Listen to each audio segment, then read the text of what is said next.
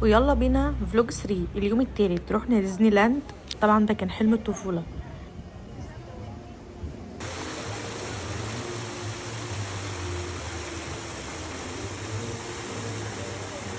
طبعا ميكي ماوس وميني ماوس بيستقبلونا.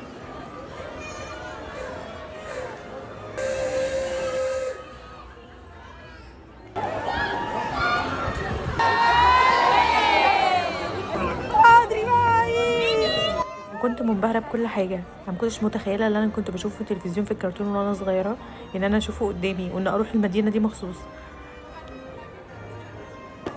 شايفين الخيال وانا لابسه طقم ميكي ماوس؟ فعلا حسيت ان الكبار مبسوطين اكتر من الصغيرين في المكان ده.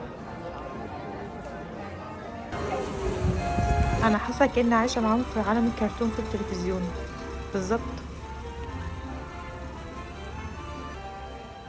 طبعا الواحد لما بيكون هناك ما يتفاجئش لما يلاقي الشخصيات ماشيه قدامه كده عادي جدا، كل واحد ماشي بلبس شغل. ياسمينة مرات علاء الدين، القرصان، زي ما انتوا شايفين يعني كل الشخصيات تبقى ماشيه قدامكم عادي. هسيبكم تتفرجوا على الفيديو، هيبقى فيه فلوجات تانية في نفس اليوم عشان اليوم كان طويل جدا.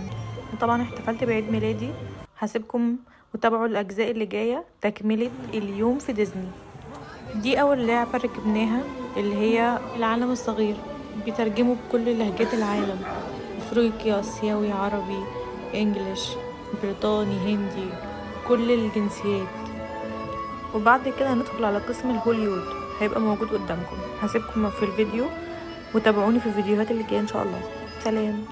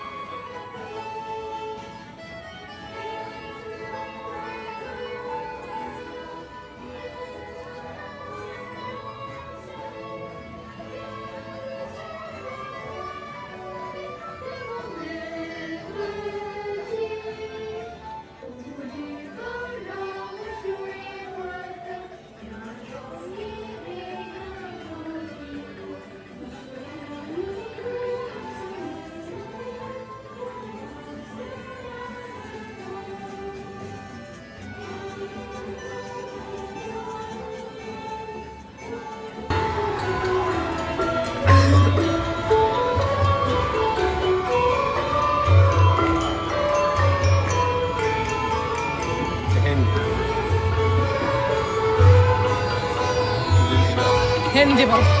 هندي